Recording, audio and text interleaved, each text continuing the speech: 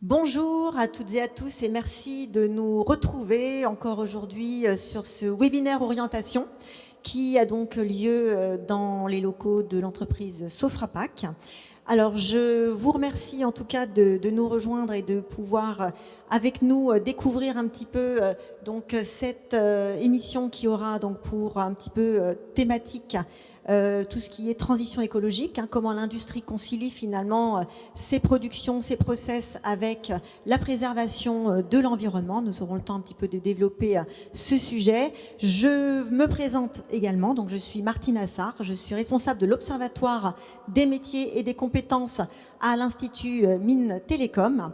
Et donc ces webinaires orientation s'inscrivent dans la prolongation du MOOC Ose les métiers de l'industrie du futur, qui est hébergé sur la plateforme France Université Numérique, donc FunMOOC, où vous pouvez donc voir et découvrir tout ce que l'industrie vous propose comme métier à travers un panel de 6 fonctions clés. Voilà, donc n'hésitez pas à vous connecter et à vous inscrire. Alors aujourd'hui pour cette émission, eh bien, comme les fois dernières, eh bien, nous aurons un panel d'invités qui vont se présenter à vous, qui vont également retracer un petit peu leur parcours pour vraiment partager leur expérience et également vous présenter leurs activités professionnelles, découvrir différents secteurs.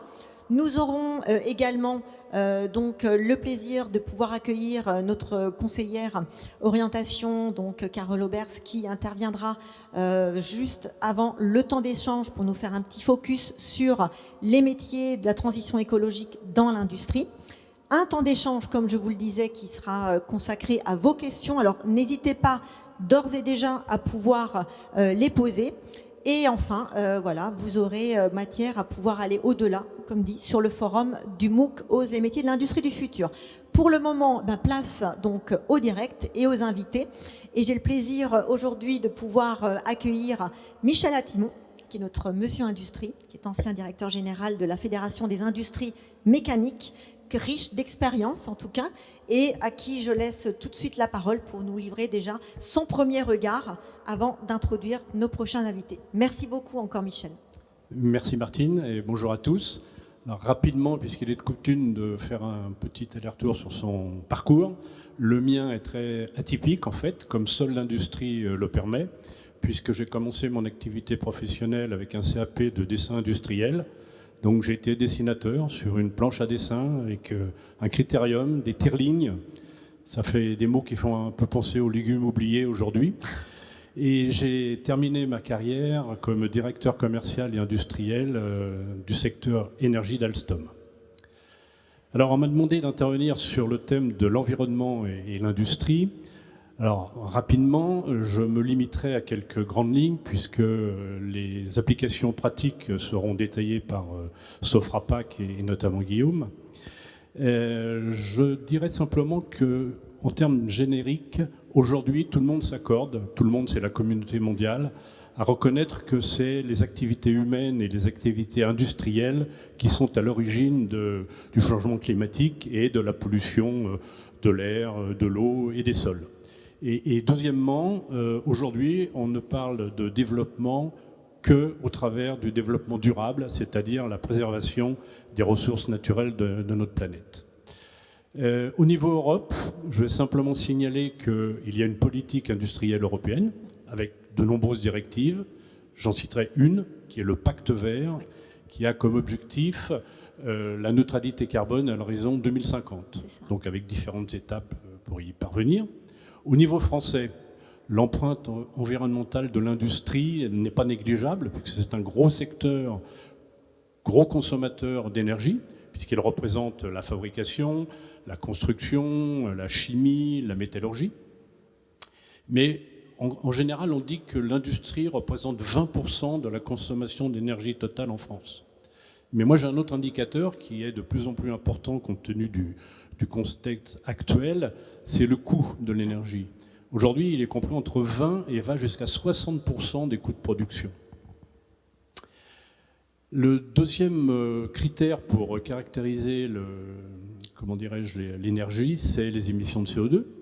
Alors, la France a une position un peu atypique aussi, grâce à la production nucléaire, qui, en temps normal, représente entre 70 et 75% de l'énergie électrique. Malheureusement, ce n'est pas le cas aujourd'hui.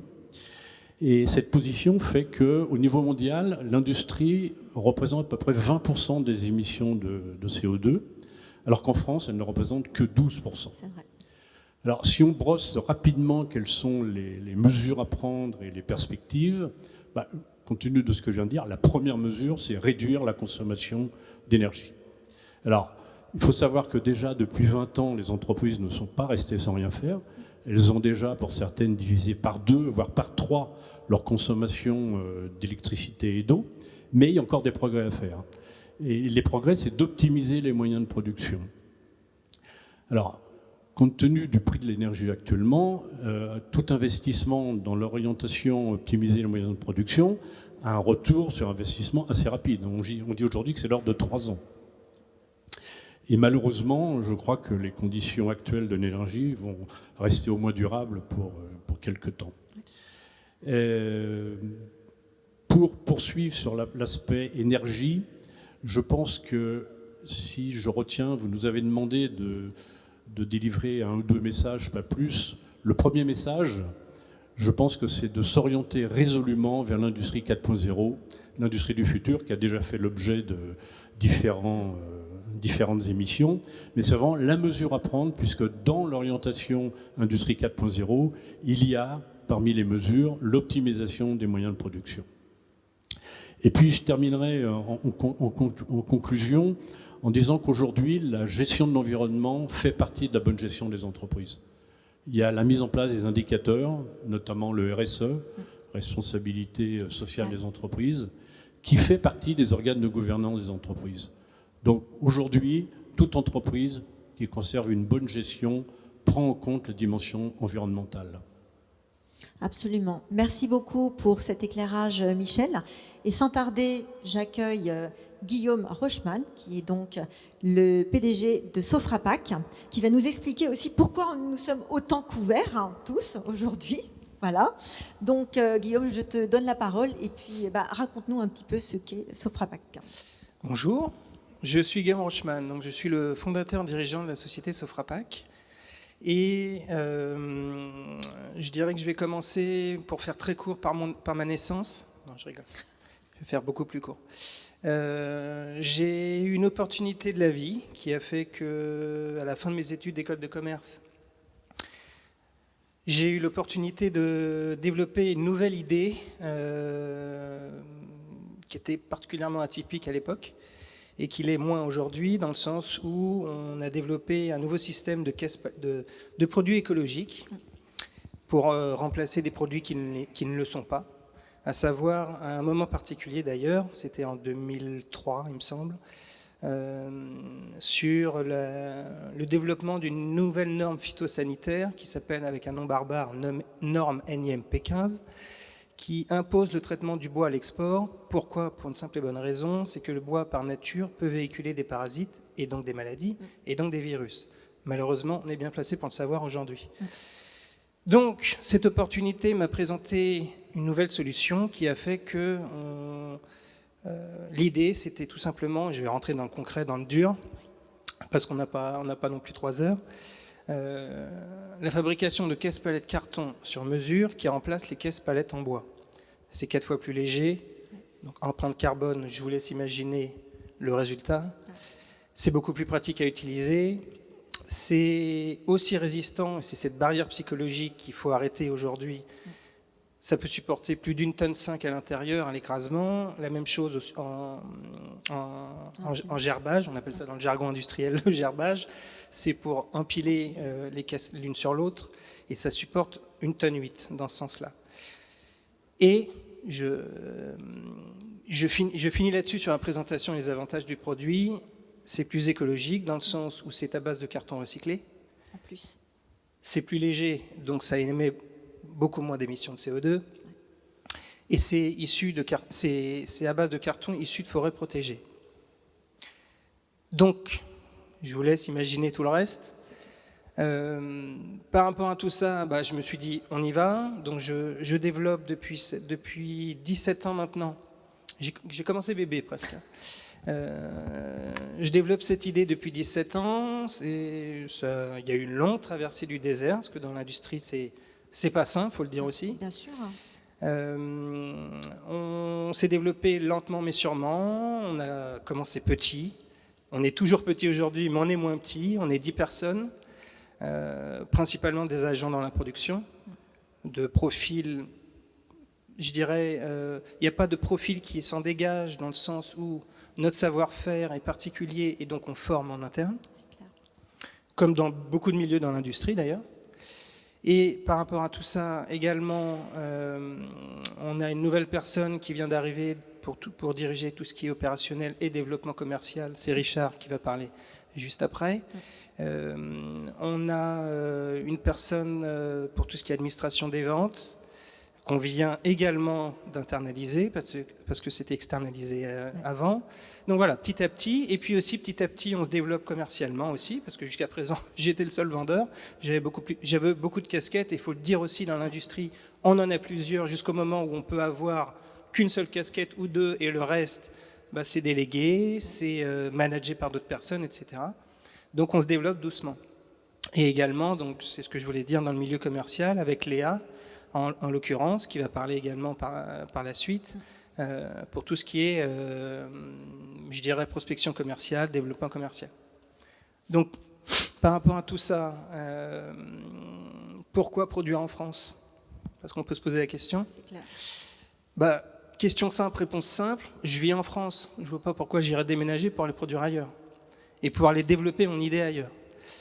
Bon, ça c'est pour faire très court. Je vais essayer de développer un petit peu. Pourquoi en France? Et pourquoi en France? Pourquoi produire en France dans le développement durable? Déjà, c'est un concept qui m'est cher. Je suis tombé dedans par opportunité, mais j'adhérais aussi au concept, sinon je n'aurais pas pu y croire. Caisse en carton où on met une machine de 50 000 € et qui fait 600 kilos, on peut se dire, qu'est-ce qu'il nous raconte celui-là? Je ne vais pas mettre ça dans une caisse en carton. Donc déjà, il faut y croire intérieurement. Avec les tests, on y croit un peu plus, c'est sûr. Mais bon, voilà, pour en revenir à pourquoi produire en France, pour une simple et bonne raison, qu'il y a du savoir-faire.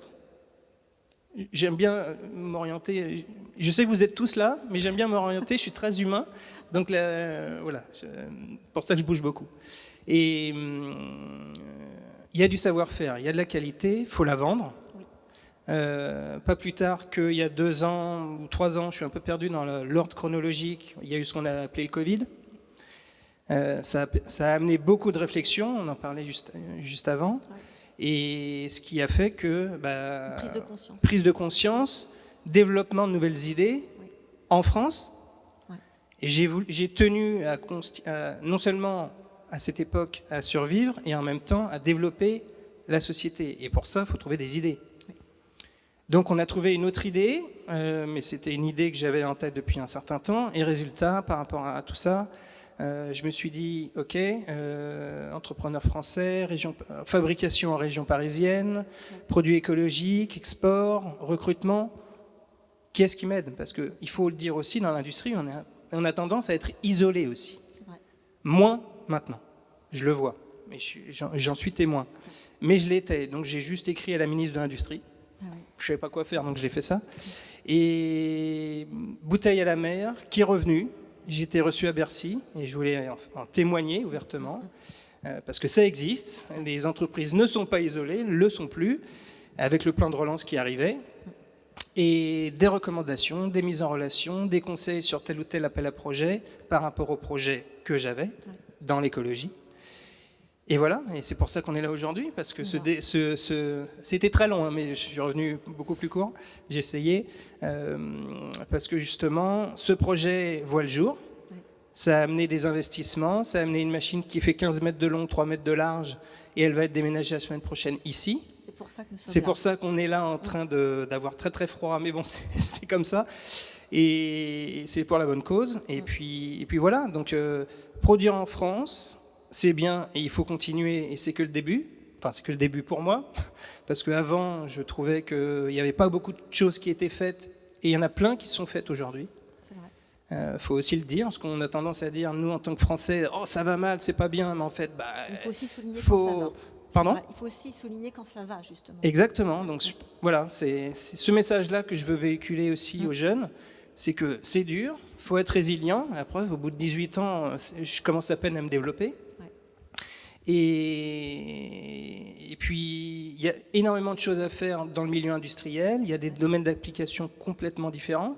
Même au sein d'une société, c'est le cas. Il y a beaucoup de postes à pourvoir qui sont très, très, très divers.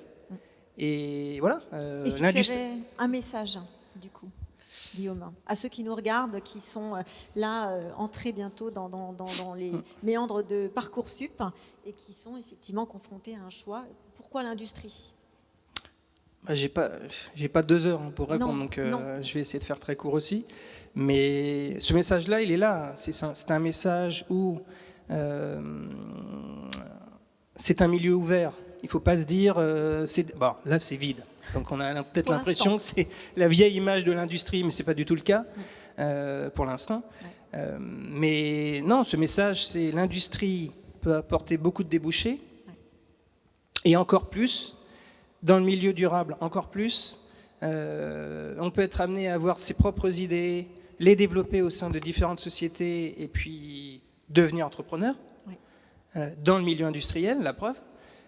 Voilà, donc ce message, il est plutôt restez motivé et questionnez-vous sur qu'est-ce qu'on peut y faire, parce que c'est cool. Absolument, c'est un très bon message, Guillaume. Et du coup, pour compléter, on va inviter... Juste peut-être, Martine, oui. Juste un témoignage de Guillaume est très intéressant. Oui. Moi, ce que j'en retiens, c'est d'abord une idée, et ensuite croire en son idée. Mais tout à fait. Et la volonté de la mettre en œuvre. La force des et convictions. la bouteille à la mer à Bercy, ça marche. Bien sûr. Moi, je me souviens d'une expérience il y a 2-3 ans où, avec Bruno Grandjean, on avait décidé de construire une usine dans le Grand Palais. Oui, l'usine extraordinaire. Je ne vous dis pas le nombre de personnes qui nous ont dit « vous n'y arriverez jamais ». On est arrivé à construire une usine dans le Grand Palais. Oui. Et je crois que ce que vient de dire Guillaume, c'est ça le message. Mais complètement. Ayez une idée, allez au bout de vos idées et ayez la volonté de la mettre en œuvre. Et soyez fiers de l'industrie française. Tout à fait. Ça, c'est un message, je pense, qu'il faut continuer à donner. Tout à fait. Richard, si tu veux bien nous rejoindre pour compléter un petit peu cette aventure Sofrapac. Je te laisse te présenter. Alors, je suis Richard Renaud et Guillaume m'a un petit peu spoilé en fait sur mes fonctions chez Sofrapac déjà. Donc, j'ai pris la responsabilité des opérations au mois de juin. Avant ça, j'ai une formation commerciale et marketing également. Et j'ai démarré ma carrière dans la grande distribution.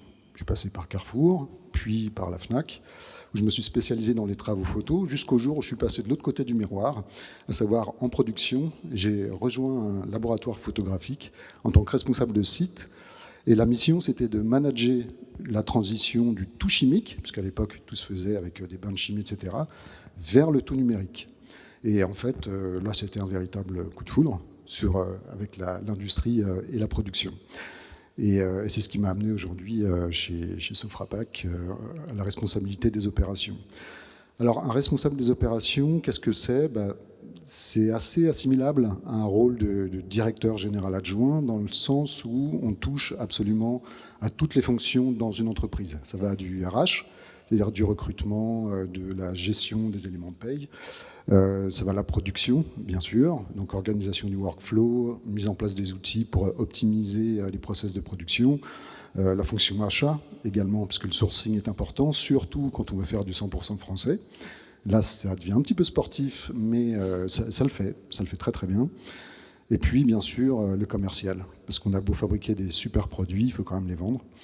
Et voilà, donc un responsable des opérations, c'est ça. Et du coup, dans cette activité, puisque tu viens d'un autre secteur, que tu découvres absolument, on va dire depuis quelques temps maintenant, le secteur industriel, ta perception du coup de cet univers par rapport à celui que tu as connu précédemment? Alors, ce n'est pas tout à fait récent. J'ai un CV qui est un petit peu long. J'ai intégré l'industrie il y a au moins 20 ans. Okay. Et voilà, j'ai fait 10 ans dans la distribution, grosso modo, et une vingtaine d'années dans l'industrie. Donc maintenant, je suis passé par plein de secteurs différents. D'accord. y compris le paramédical, la santé. Et ce que j'apprécie en fait, et ce que j'apprécie aussi dans la santé et ce qu'on fait ici, c'est que ça fait du sens en fait.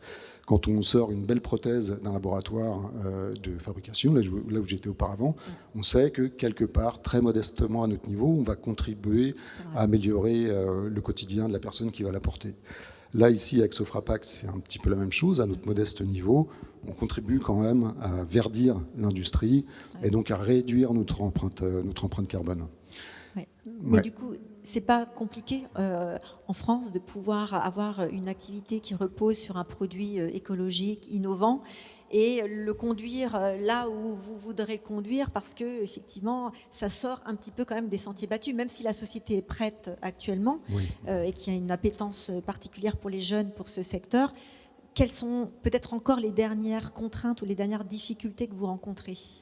Alors, en termes de sourcing, déjà, je l'ai un petit peu évoqué tout à l'heure, globalement, ça se passe bien. Au plus loin qu'on aille chercher nos produits, allez, on va dire qu'on est à 90% français. Le plus loin, ça reste en Europe, quoi qu'il arrive. En revanche, la difficulté majeure, à mon sens, et là, Guillaume l'a déjà un petit peu évoqué, c'est les changements d'état d'esprit. C'est-à-dire que là, on est clairement sur un produit innovant, et on est sur une éco-conception qui vise à remplacer un produit qui existe déjà. Exact. Pour arriver à convaincre nos clients potentiels que ça fonctionne, il faut qu'on ait vraiment strictement les mêmes caractéristiques d'usage. Ça, Guillaume en a déjà parlé. Une palette comme celle qui est derrière nous, on peut la charger telle qu'elle est à 400 kg. Si on la customise un petit peu, on va pouvoir la charger à 1,5 tonne. Et ça, il faut arriver à communiquer là-dessus pour que les habitudes changent. C'est le plus compliqué. C'est les barrières finalement psychologiques. D'abord, on offre les mêmes caractéristiques d'usage, mais il y a un autre paramètre qui est quand même pas négligeable, c'est qu'on est environ 40% moins cher qu'une caisse palette en bois. Donc on coche au moins 2 cases importantes, caractéristiques d'usage et l'économie. Et en réduisant de 50% bien sûr l'empreinte carbone. Ce qui est encore moins négligeable. Tout à fait. Et du coup, Richard, si tu avais un message adressé un petit peu à nos jeunes et à leurs parents pour rejoindre l'industrie et ses métiers, et les métiers entre guillemets verts, ceux qui sont effectivement vers, on va dire, l'amélioration un petit peu de l'empreinte carbone industrielle et d'améliorer, parce qu'il y a toute une palette de nouveaux métiers qui existent. Oui. Qu'est-ce que tu pourrais dire à ces parents ou à ces jeunes qui sont tentés, parce que c'est un peu dans leur état d'esprit? Si on est un peu poétique, je dirais que ça fait du sens en fait, de travailler à l'amélioration des conditions de la planète. Maintenant, très concrètement, j'ai entendu il y a quelques instants qu'en termes de rémunération, les métiers de l'industrie sont 15 à 20% au-dessus des autres métiers, tu confirmes? Oui, tout voilà. à fait. Donc déjà en termes de rémunération, mais surtout les champs sont tellement larges, il y a tellement de fonctions, que ce soit en ingénierie, mais les ingénieurs vont concevoir des machines, mais ces machines-là, à un moment donné, il va bien falloir faire de la maintenance dessus. Parce que c'est bien d'avoir une machine, c'est quand même mieux quand elle fonctionne et qu'elle fonctionne dans le temps. Ça, on va en parler un petit peu plus tard, je pense, sur la maintenance des machines. Et puis, il y a toutes les fonctions support, le marketing, l'administration des ventes, le commercial, les services généraux, ça existe encore un petit peu. Voilà. Les champs sont très larges et en plus, il y a, pour ceux qui vraiment s'investissent un tout petit peu, des belles perspectives d'évolution. On a un beau témoin ici sur notre gauche. Voilà, donc allez-y sans hésiter. Super, merci beaucoup. Tu m'as déjà aménagé une superbe transition puisque tu as parlé des supports avec le service marketing. Donc on va tout de suite accueillir Léa Lepinet-Lebillan pour nous livrer simplement son témoignage. Je peux me permettre juste avant, Martine, je crois que là on a un deuxième message très fort qui a été délivré, c'est le sens de l'industrie. Aussi. Et le sens de l'industrie, ça peut aussi donner un sens à la vie tout court. On est 7 milliards d'habitants sur la planète, on sera à 10 milliards en 2050. Les 3 défis de l'humanité à cet horizon, c'est la démographie, la mobilité et l'environnement. Absolument. Et les réponses, elles seront données par l'industrie. Donc travailler dans l'industrie, c'est aussi donner un sens à sa vie. Exact. Léa. Alors, bonjour à tous déjà. Léa. Et puis écoute, je te laisse te présenter et nous dire comment une femme se retrouve aussi dans l'industrie. Alors, bonjour à tous. Pour revenir sur mon parcours, c'est vrai que l'industrie, ça n'a pas été un choix au début. Je m'y suis retrouvée parce qu'auparavant, j'ai eu des études notamment dans le retail et j'ai pu intégrer plusieurs entreprises qui avaient une facette écologique très importante. C'est dans ce contexte-là que j'ai découvert, que j'ai eu cette appétence à l'écologie et j'ai décidé de me tourner vers Sofrapac parce que c'est vrai que le concept est assez novateur et surtout nouveau. On a quand même des caisses palettes qui sont à la fois écologiques et qui peuvent remplacer déjà un produit qui existe. Et dans cette entreprise, j'occupe la fonction commerciale, donc toute la prospection client, le développement clientèle également et la fidélisation par la suite. Si j'aurais un message à vous adresser, ce serait de ne pas se limiter à vos recherches, puisque c'est vrai que l'industrie, ce n'est pas un secteur pour lequel je suis allée directement. J'ai découvert au fur et à mesure, il y a des savoir-faire qui s'apprennent, comme dans toutes, je pense, les types d'entreprises. Et puis, ça permet aussi d'évoluer, d'apprendre de nouvelles choses. Et il ne faut pas se fermer à une propre idée qu'on peut avoir. Et quoi d'autre ? Et y aller, foncer, essayer, voir ce qui nous plaît et surtout essayer de voir ce que ce secteur a à offrir, puisqu'il y a beaucoup d'opportunités également dans ce secteur-là. Merci beaucoup et il faut le rappeler, tu as raison, tout à fait. J'accueille à présent Christophe Pérez qui représente l'entreprise Festo, une autre entreprise implantée dans le Val-de-Marne, voisine d'ailleurs de Bonneuil, à qui je laisse la parole pour se présenter et nous présenter Festo. Merci. Je m'appelle Christophe Pérez, donc je suis ingénieur application chez Festo France, rattaché aux produits digitaux. Donc mon parcours, comme beaucoup dans l'industrie, est particulièrement atypique. Et donc, pour faire court, j'ai commencé du côté marketing, puisque j'ai fait des études d'infographie à la base, qui n'avaient aucun lien particulier avec l'industrie, et dans une voie dans laquelle je n'ai pas trouvé réellement de sens. Donc, je m'étais retrouvé dans un domaine qui était très industriel en réalité. Plus haut ? Désolé. Pourtant, je m'entends bien. J'ai retrouvé un environnement qui était très industriel dans le sens qu'on l'entend habituellement. Et pour faire court, j'ai choisi de faire une reconversion professionnelle dans laquelle je suis allé vers la programmation d'automates. Et donc, en tant qu'automaticien, j'ai intégré l'industrie. J'ai d'abord fait mes armes dans des sociétés qui faisaient de la maintenance industrielle. Je suis passé après par une société qui faisait de l'installation de systèmes photovoltaïques et éoliens, donc d'énergie renouvelable, dans laquelle j'ai retrouvé vraiment un sens plus intéressant. Et au bout de quelques années, Festo m'a proposé un poste qui avait comme orientation la gestion de produits qui avaient réellement un intérêt écologique, à savoir l'économie d'énergie et la maintenance prédictive. Et c'est aujourd'hui ce qui m'occupe majoritairement. Donc j'accompagne mes clients dans la mise en œuvre de systèmes qui usent de digitalisation et d'intelligence artificielle pour faire de la maintenance prédictive et de l'économie d'énergie. Et c'est vrai qu'aujourd'hui, beaucoup de gens ont un peu l'image façon Charlie Chaplin de l'industrie, où on a des gros rouages, de la graisse partout. L'industrie est beaucoup plus sexy qu'il y a quelques années, elle le devient de plus en plus tous les ans. On voit une évolution constante et réellement alors je dirais pas qu'on va dans la science-fiction, mais on s'y approche quand même pas mal. C'est vrai. Et aujourd'hui, je pense que ça soit des gens qui ont déjà une carrière qui est de l'avancée ou des étudiants, il ne faut pas hésiter à franchir le pas, ne serait-ce que d'ouvrir la porte pour regarder comment ça se passe à l'intérieur, parce qu'on se fait une image de l'industrie qui est souvent très faussée, alors qu'on peut y trouver beaucoup de valeurs humaines, de valeurs écologiques et en plus des intérêts même sociaux, dans le sens où on commence de plus en plus à industrialiser un peu le reste du monde. Chez Festo, on a beaucoup de projets avec des partenariats avec les Festo en Afrique, par exemple. Et tout se développe très vite. On a beaucoup de valeurs et j'invite tout le monde à nous rejoindre. C'est un très beau monde. Merci beaucoup Christophe pour ton témoignage. Et on va tout de suite passer la parole à ta collègue, Cindy Burglen de Festo également, qui va nous parler de son parcours et aussi du fait qu'elle est une femme dans l'industrie. Oui, tout à fait. Donc bonjour à tous, je m'appelle Cindy Burglen. Je vais d'abord commencer par vous présenter mon parcours. Donc après le bac, j'ai directement intégré une école d'ingénieur, donc Polytech Lille, et j'ai fait une prépa donc intégrée dans cette école. Donc comment ça se passe les 2 premières années? C'est plutôt de l'apprentissage sur les thématiques scientifiques. Ça donne vraiment une ouverture sur beaucoup de thèmes scientifiques. Il faut bien avoir un bagage pour aller plus loin. Puis à la suite donc, de ces 2 années de prépa intégrée, j'ai dû choisir donc, une spécialité dans le réseau d'écoles. Donc il en existe vraiment de très nombreuses. Il me semble une soixantaine. Donc ça laisse vraiment à chaque personne de trouver sa voie et le secteur dans lequel il a envie de travailler.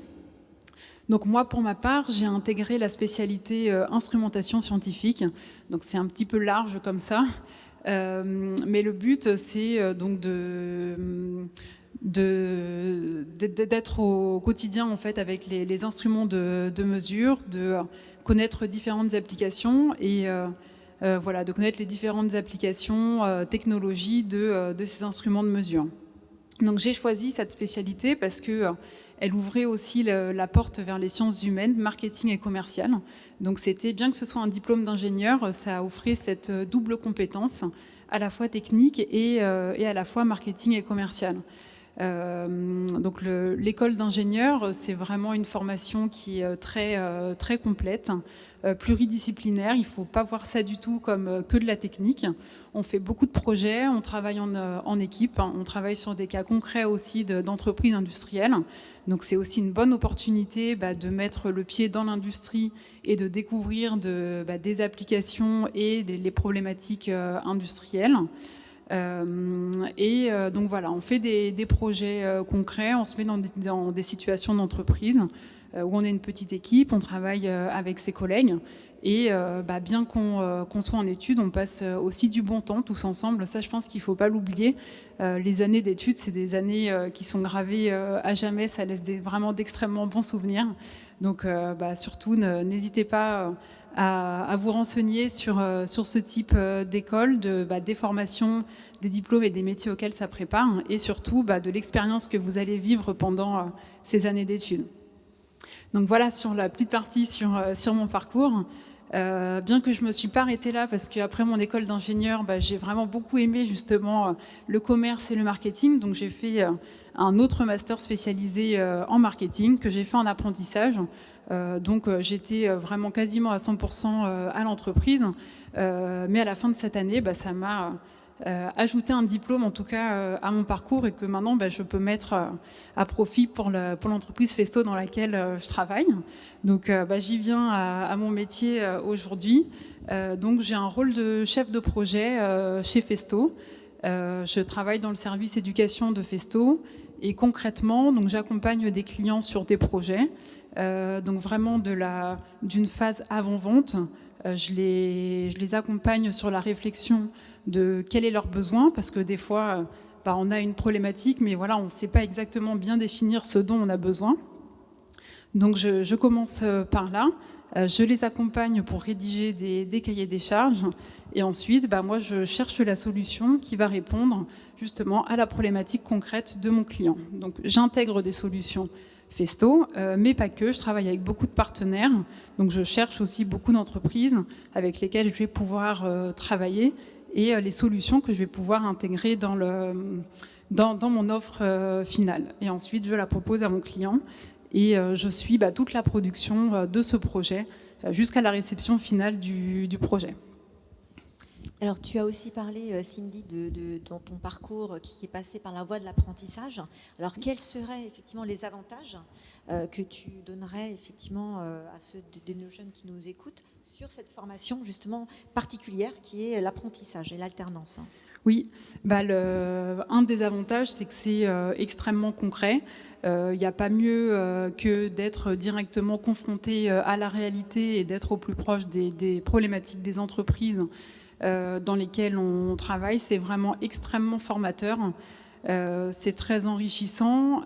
Et puis aussi, un avantage non négligeable, c'est qu'on est déjà salarié d'une entreprise et qu'on est rémunéré pour le travail que l'on réalise, tout en apprenant en même temps et en ayant un diplôme à la fin de cette année ou 16 années d'apprentissage. Donc je vous encourage vraiment à vous orienter vers cette voie-là, surtout qu'il y a de nombreux postes qui sont ouverts en apprentissage. Et ça ne peut être que bénéfique pour vous. Donc vraiment, donnez-vous les moyens de trouver une entreprise, de l'intégrer, de faire ce parcours par la voie de l'apprentissage. Merci Cindy, et je crois d'ailleurs que Léa peut tout à fait confirmer, puisque toi aussi, tu es passée ou tu es en contrat d'apprentissage. Exactement, je suis encore en contrat d'apprentissage en Master 1 à l'ESCE à Paris. Et j'ai intégré Sofrapac dans le cadre de mon Master 1 en ingénierie d'affaires aussi. Et ça a été l'occasion de découvrir le monde de l'industrie. Impeccable. Donc c'est une voie de formation à découvrir et il y en a de plus en plus. Donc n'hésitez pas à vous renseigner. Vous avez de nombreux sites qui vous indiquent des voies qui sont effectivement éligibles à cette formation. Donc n'hésitez pas à vous renseigner. Michel, peut-être. Peut-être juste un autre témoignage un peu plus ancien, le mien. J'ai fait un raccourci tout à l'heure dans mon parcours, et entre les deux, il y a beaucoup de formations continues et formations tout au long de la vie. Aussi. Donc j'encourage aussi les jeunes à ne pas rester inactifs dans un poste. Il y a beaucoup d'évolutions, comme seule l'industrie peut le permettre. Tout à fait, exact.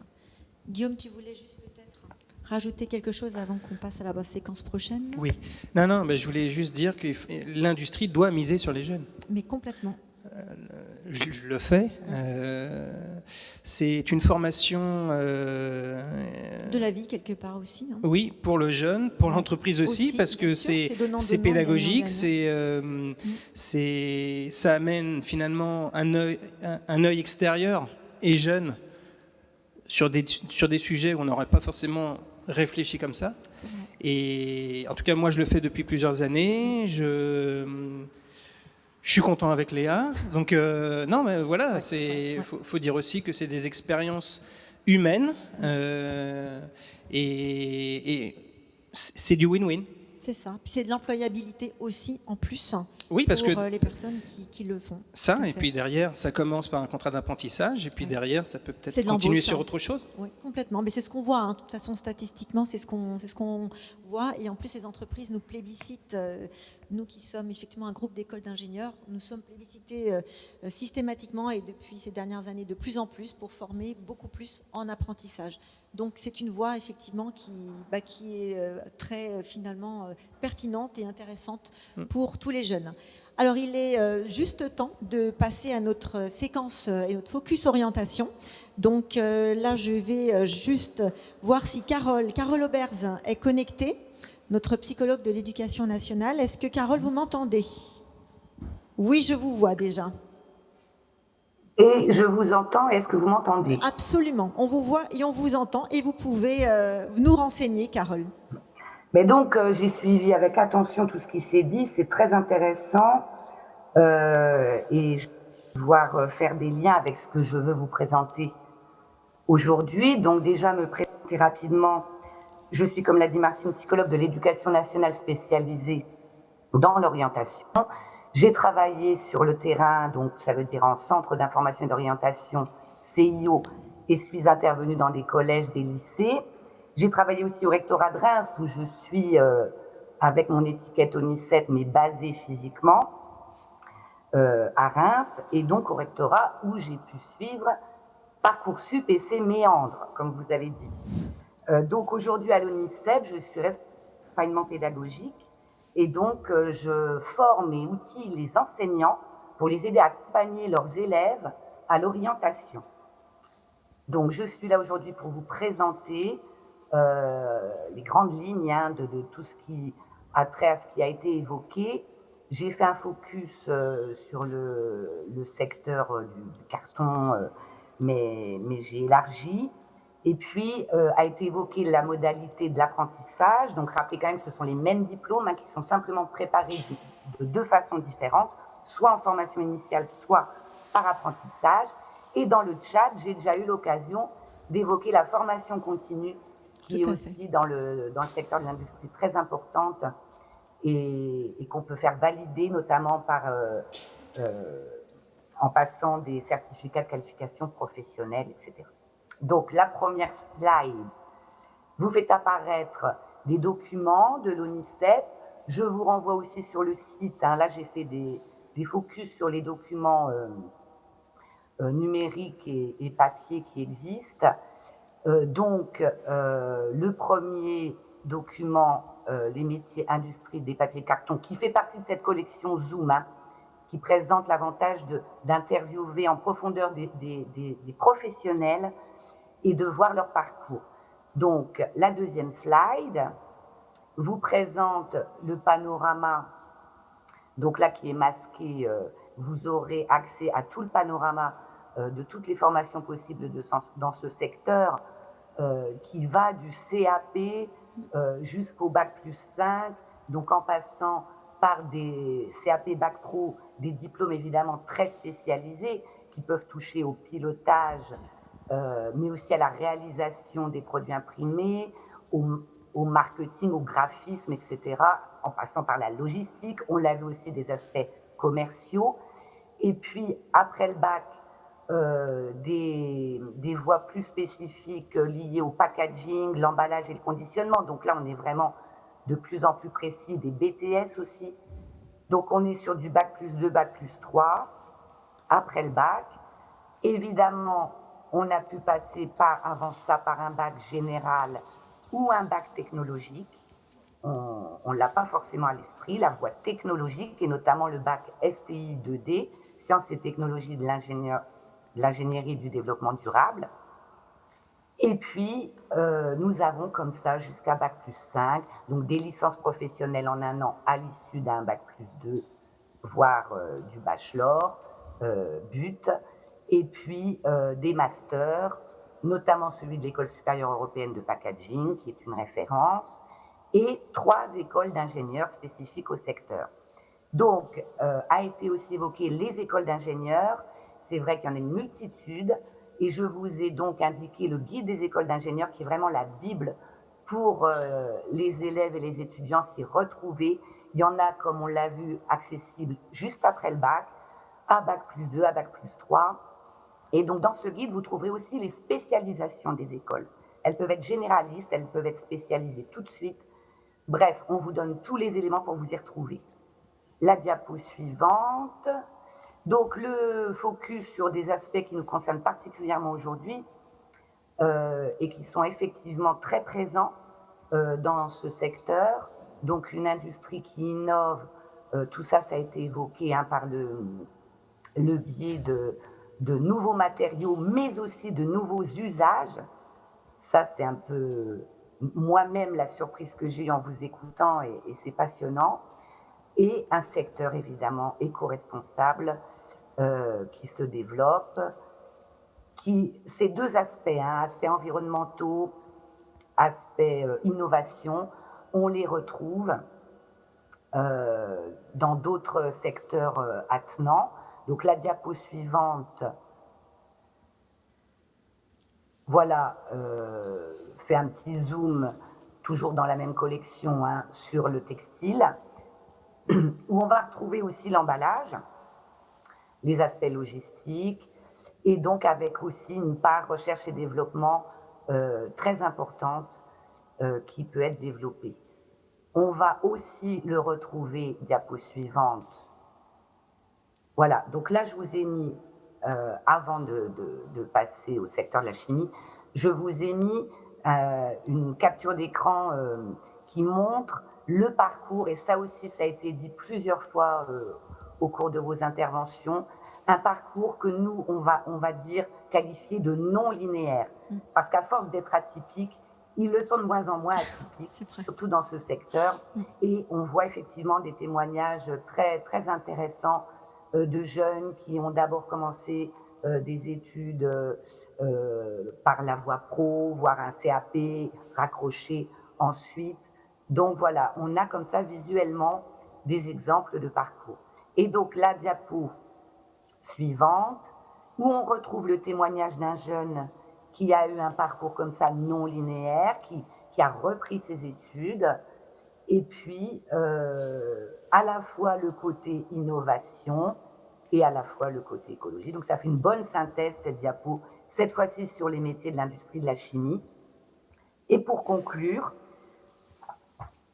voilà, vous rappelez ou vous précisez ou vous apprendre que la ministre de l'Enseignement supérieur et de la Recherche a annoncé fin octobre que la généralisation de l'enseignement des enjeux de la transition écologique et du développement durable doit se faire dans l'ensemble des formations de l'enseignement supérieur. Donc, c'est tout à fait en transversal qu'on doit aborder cette question. On est bien au-delà des filières spécifiquement dédiées au secteur de l'environnement, à la gestion des ressources, des déchets, etc. Et on doit infuser, et évidemment, ça concorde avec une très forte demande des étudiants et étudiantes d'aujourd'hui qui expriment de plus en plus vouloir être utiles et donner un sens à leur travail futur. Et j'ai terminé. Et je vous remercie beaucoup, Carole. Et effectivement, comme j'étais en même temps avec un œil sur le chat, je voyais passer une question qui nous demandait si on notait en tout cas une appétence beaucoup plus importante actuellement des jeunes vers ces métiers dits verts. Et vous confirmez effectivement cela par le fait d'avoir développé tout un ensemble de contenus et de ressources sur l'ONICEP qui sont en direction des jeunes et qui développent vraiment toutes les possibilités offertes par les différents secteurs de l'industrie sur la question de la transition écologique. Et comme vous l'avez justement bien dit, Carole, ce sont des compétences absolument transverses qu'on retrouve dans tous les secteurs industriels. Ça part effectivement de tout ce qui est éco-conception jusqu'à la prise en charge des rebuts, des déchets, du recyclage. Donc on voit qu'effectivement, il n'y a plus aucun secteur maintenant qui est vraiment, on va dire, sans préoccupation liée à la préservation de l'environnement. Donc j'invite effectivement tous ceux et celles qui sont vraiment, qui ont un goût particulier pour ces métiers, qui recherchent en tout cas dans leurs futures activités ce type d'action, eh bien renseignez-vous, ça existe. Et ça existe dans tous les secteurs industriels. Alors, il est 47, donc dans 3 minutes, normalement, Sandrine, je dois te rendre l'antenne. Donc, je voulais quand même laisser poser une question à un enseignant qui est parmi nous. Donc, Monsieur Jean-François Navarro, approchez-vous, puisque Monsieur Navarro est donc enseignant au lycée Édouard Branly à Créteil. Si vous aviez juste une rapide question ou bien simplement présenter vos filières qui sont en lien également avec les activités développées par Sofrapac. Alors, en termes de filière, en début de carrière, en fait, avant d'aller vers la carrière d'ingénieur, on va dire, il y a toujours ces formations en filière professionnelle, notamment au sein de notre lycée, puisque dans notre lycée, on a la formation microtechnique, MELEC, qui est les métiers de l'électricité et des équipements connectés, et notre formation qui est la MSPC, donc qui est de la maintenance des systèmes de production connectés, qui est en lien direct justement avec les machines de production, puisque logiquement ces machines de production, il ne faut pas qu'elles tombent en panne. Donc en termes d'action de maintenance, on est vers un changement de notre métier qui est plus tourné vers en fait les nouvelles technologies, l'industrie 4.0. Et notamment tout ce qui est télémaintenance, puisque maintenant on doit pouvoir dépanner une machine à distance. Donc en termes de formation, notre lycée intègre aussi le BTS et intègre aussi la voie d'apprentissage. Donc c'est-à-dire qu'il y a un changement de la voie professionnelle, la formation professionnelle, puisque maintenant les élèves, à partir de la première et de la terminale, peuvent faire de l'alternance et peuvent poursuivre aussi en BTS, c'est-à-dire Bac+2, voire en licence. Mais ça n'est plus dans notre établissement. Donc voilà. Donc en termes de départ, voilà, c'est le point de départ, il est dans les lycées pro. En fait. Très bien. Écoute, on a juste quelques secondes pour conclure. Donc je voulais tous vous remercier pour votre présence et pour avoir tenu les 50 minutes dans une température un peu revigorante. Je vous remercie tous et toutes qui nous avez suivis. N'hésitez pas à aller sur le site de l'ONICEP pour prendre plus d'informations, pour compléter et pour rebondir aussi sur sur l'aspect maintenance qu'a évoqué Monsieur Navarro, reportez-vous également au replay du mois dernier qui a été consacré au métier de la maintenance. Donc voilà, je vous remercie. Et puis au nom de chacun et chacune d'entre nous, on vous souhaite en tout cas de passer d'excellentes fêtes de fin d'année et suivez-nous dès la rentrée puisque nous avons encore 3 autres rendez-vous jusqu'au mois de mars avec vous. Merci beaucoup et à très bientôt. Au revoir.